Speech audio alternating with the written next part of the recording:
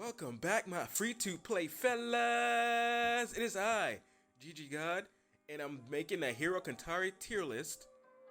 Alright? If you enjoy Hero Cantare content, I make Hero Cantare content, and if you like stuff like tier lists, go ahead and hit that subscribe button to let me know to make more tier lists in the future. Alright, let's get started. So this tier list, I feel like I've played the game enough to be confident enough to make maybe about a 75 to 80% accurate tier list. So if I feel like I can help, most people with my tier list, I'll post a tier list. So let me explain the categories because I don't want this video to take too long.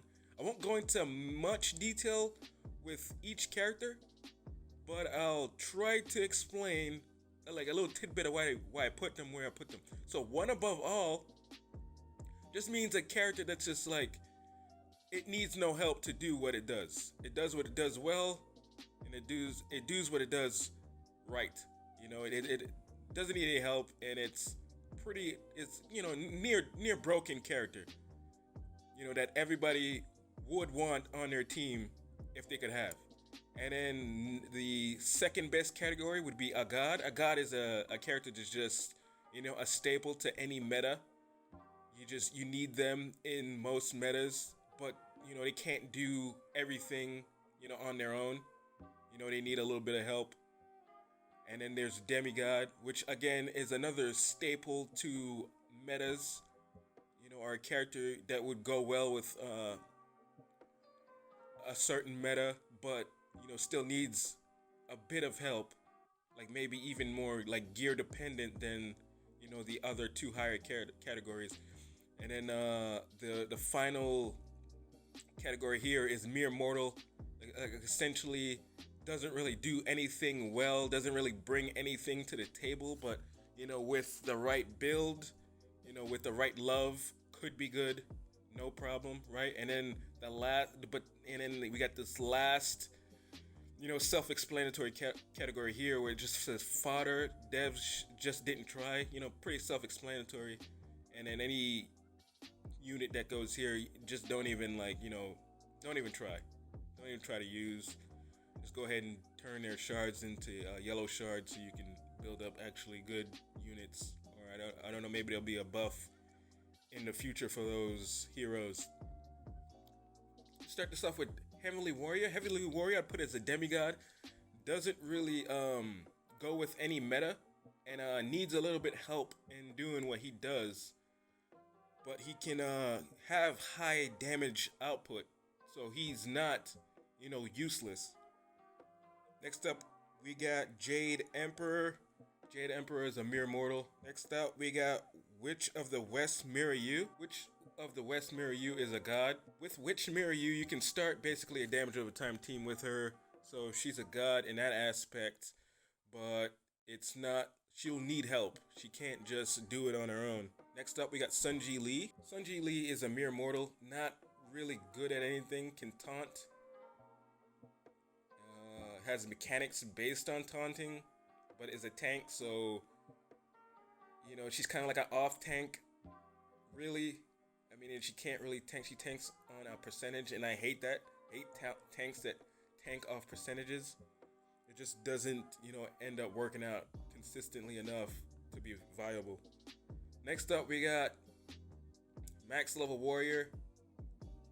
He's a demigod. He has some mechanics in his skills that give him some sustain, and then he can also provide DPS, but he's not going to be able to start his own meta or anything like the other two higher categories. So demigod seems right. Next up, we have Light. Light is an odd character. He seems like he's supposed to be support sometimes and a healer other times. I don't really get it. Any character that's iffy like that just doesn't really work out in the long term. Next up, we have No Name. No Name is a god just due to the fact that she can prevent you from getting status effects. She increases critical damage. She's a staple with, Advent boss teams.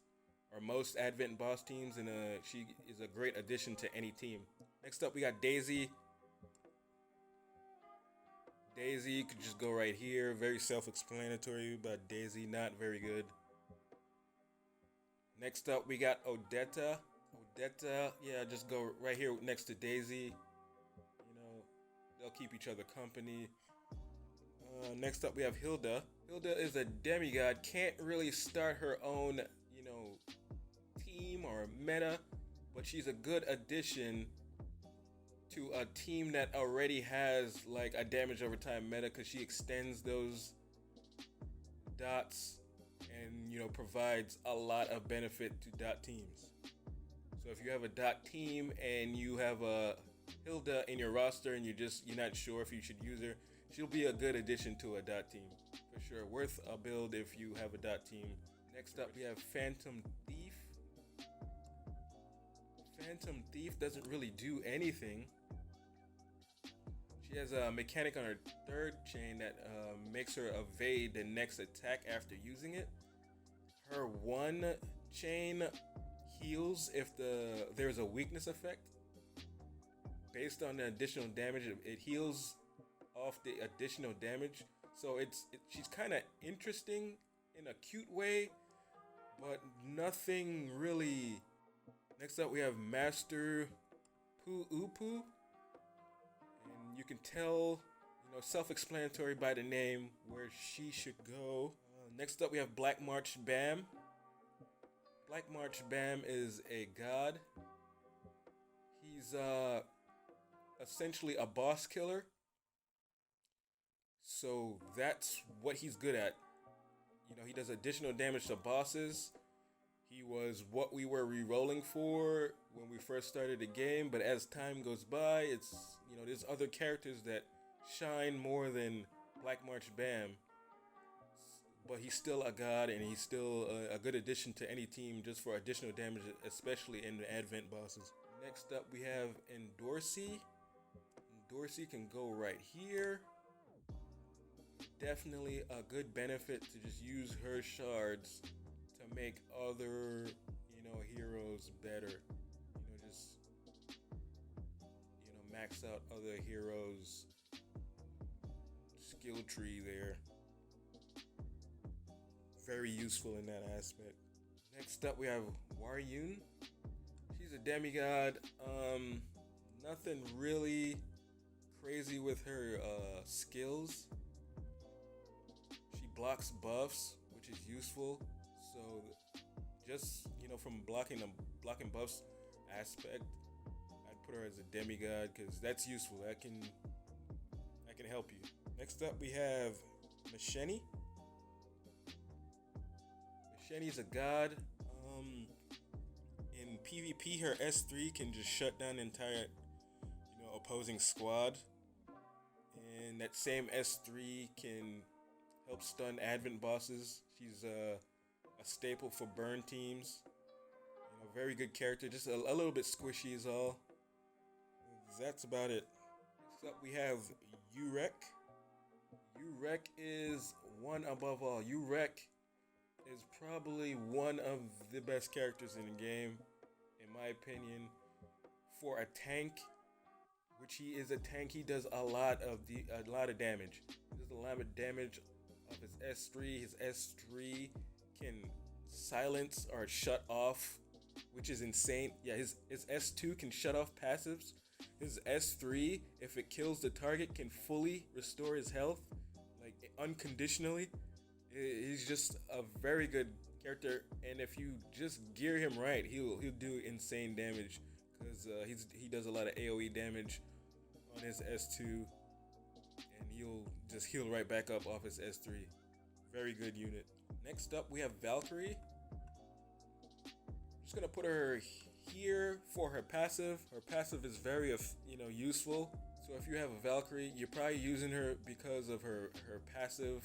So that's why you don't want to, and she's not just a mere mortal because that healing passive that she has is very good. Next up, we have Hate. Hate is a very good healer. I mean, anyone that heals as well as Hate, deserves to be on a team. Next up, we have white.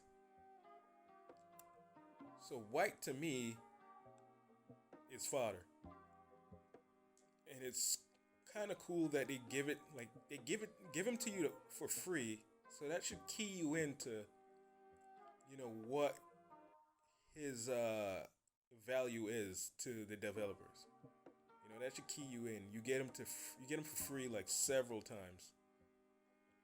So yeah. So if you get him like early on in the game, it's great because you're just gonna keep getting his dupes, which you can use to convert to shards, and then just use that to build up other heroes. Very useful in that aspect. Next up, we have God Killer Zero. God Killer Zero, I was gonna put one above all, but I'm gonna just put her at a god. 3-chain confuses, so you can confuse advent bosses with her. You can silence off her S2. Or S2 is AOE. She's a really good character, really good staple for any damage over time team because she has additional effects based on weakenings on the opponents. Next up, we have Idle Rockcrawler. Idle Rockcrawler, I'm gonna put as a Demi Gawd. She's useful in as a support unit, a pretty good support unit. Where she, if she crits, she lowers AOE defense of the opposing team. I mean, other than that, I don't really know what else to say. Next up, we have Green April Uriah. Again, another Demi Gawd. Great AOE tank. Her S3, which is AOE the whole team tank. Very useful. So that's, gives her a lot of value right off the bat. But doesn't really bring much to the table other than her AOE taunt. I think she has like a defense down, or does more. She does more damage if the target is taunted, which can be good. But she's kind of squishy, so she's gonna go down fast. So she's a good combination with Kaiser. If you have her and Kaiser, whereas Kaiser can increase the entire team's defense, it kind of works out a lot better than just having a Green April. Very good synergy with her and Kaiser when it comes to team AoE. Next up, we have Unleashed Rizel. Put him as a god. He has a lot of synergy with units that heal off their passives, just passively heal, so they can restore his health back up, so he can continue to just churn out massive AoE damage. That's pretty much the name of his game. Very useful in PvP and just shutting down healing, so people can't heal in PvP and restore their units. Just very good. Does what he does well. Next up, we have Syrah. Syrah, I'm gonna put as a god. Very good bleeder. She can get to the point with good gear that she's doing a lot of damage on top of her bleeding. It's not just her bleeding, because she does additional damage if the target is bleeding. So if you have a dot team, she's going to be doing more damage, and she's going to be helping that team extend the bleed dots. So a very good unit. I might have shortchanged her in my review of her, but because as I gained more experience with her, I started to appreciate her more. She's a really good unit. Next up, we have Lunark. Lunark could go with these dudes back, down here. One of the worst noblesse characters I've ever seen. I don't know what the devs were thinking. She does absolutely nothing. I tried, and it was just a waste. It was a waste of a recall ticket.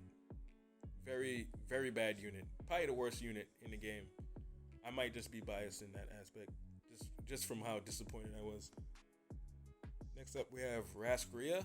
Rascaria is a god. So there's a lot of good a lot of good characters in the S ranks. There's 3 of the noblesse characters are just really good. But yeah, Rascaria, just another staple to a bleed team. And she heals. She heals well. She's just very good. She might be I don't know, but she's very good. She's definitely a god, and she could be higher, but yeah, I'm just gonna have her here. Very good all around unit, and definitely a staple to a bleed team. Definitely. Next up, we have Crusader Mirror. So Crusader Mirror is amazing. It's definitely one of the heroes that you want on your account that you would try to get to SSS as soon as possible. Just, a lot of damage output. The counter crit is amazing, or get hit, guaranteed crit is amazing. Does a lot of damage straight across the board. Very good stats. She's kind of tanky, so she hits hard and she stays around, and she has immortality when she falls for the first time. So she's just really good in every aspect of the game. Next up, we have Jue Voile Grace. Jue Voile Grace will just put as I'm gonna just put him as a demigod. Yeah, Jue Voile Grace is a demigod. Doesn't really not a staple to any team, just a good addition. With his DPS. That's basically all I can say about him. Next up, we have Flame Coon. Flame Coon is definitely one of the best characters in the game. Just does so much utility. It's insane.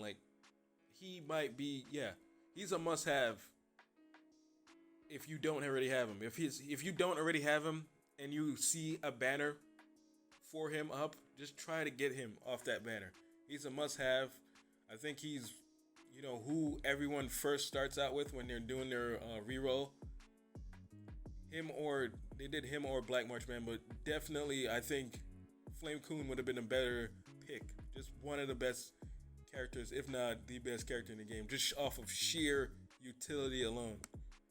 And he can go in a dot team. He can go anywhere. It's just crazy. Next up, we have Kaiser. And this might just be my bias. It probably just is my bias. I'm just going to put her up here. Top tier tank.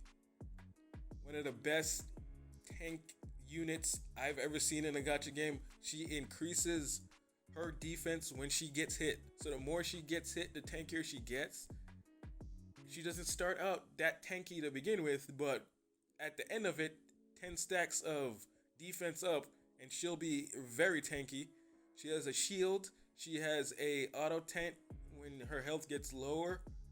She auto tanks. She also increases the entire team's defense off her her 2 chain. The only issue is with her is that her 1 chain only taunts 1 character, but there is no probability on it, so it's generally just up to the opponent's debuff resistance whether or not she tanks them or not. So I love that. I love the lack of probability in tanking. If I use taunt. If you use taunt, I want the character to be taunted. I don't want it to be like a coin flip or something like that. Next up, we got Elaine. Elaine is a god. Just the amount of bleeding that comes from Elaine. You could just start a bleed team with Elaine. She can do the bleeding. She could be the foundation to a bleed team. So definitely a god. Next up, we have King Dark. His lockdown effect basically prevents the boss from doing anything. Advent bosses from doing anything. So there you go. That is a meta for King Dark right there. On top of him doing good damage, he can shut down the Advent boss, especially Kuvara, which will help you. Especially if you're first, you're just starting out the game. You're just building out your first set of characters. You need to be able to clear Kuvara for gear. Dark will definitely be very helpful in that aspect. Next up, we have Ninetail Ipio Park. I'm gonna put him here. He can burn. He can be an addition to a damage over time team. He does additional damage and has additional effects based on if the character is burning. And he has mechanics off of burning. However, his stats are kind of low. So I don't know what the devs were really thinking because he could have been great, but is they just didn't want him to. I guess they just didn't feel like he needed to be that good. They gave him good chains, but not good skills. Interesting. It was a very interesting decision by the devs in the long run. So yeah, that's where he goes. You can add him to a burn team, especially with combination with Flame Coon here, and even his S version. Good synergy, but yeah, he can't really do anything much by himself. He's not really that good, especially with his skills. He needs a bit of help. Next up, we got Great Sword Warrior Sora. Definitely one above all. Probably one of the best characters in the game. She heals herself. She does insane damage. If she crits, she's amazing. So you want to build her off crit. She stuns for 2 turns. So she can essentially shut down a boss off of her stun. She's amazing. Definitely belongs as one of the best characters in the game. Next up, we have Charlotte. Charlotte can go down here. Don't really see what she brings to the table other than some odd buffing dark niche. I mean, unless you have a lot of dark heroes, not very useful.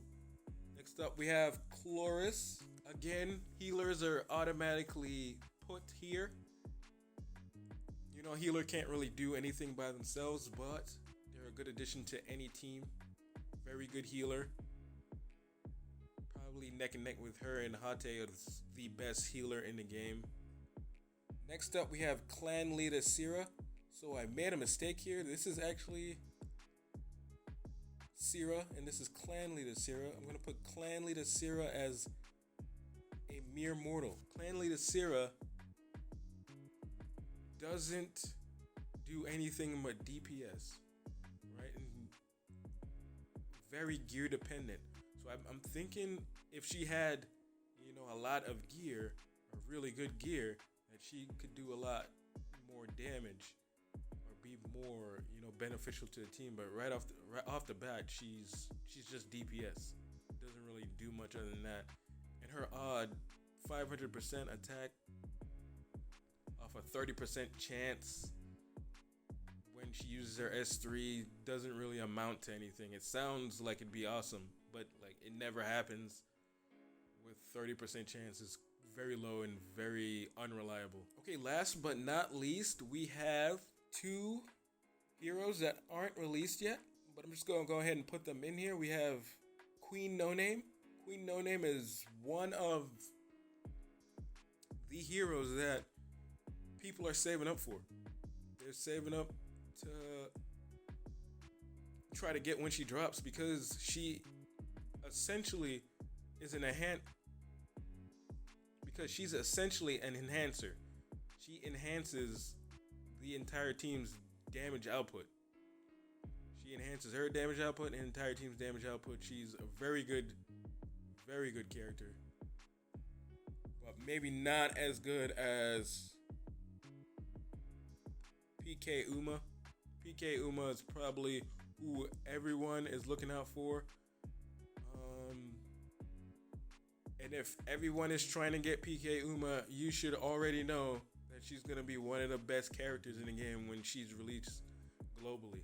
She puts up a lot of big numbers, and she's a great addition to most teams in the game, regardless of what they're trying to do. You're going to want to PK Uma, no problem.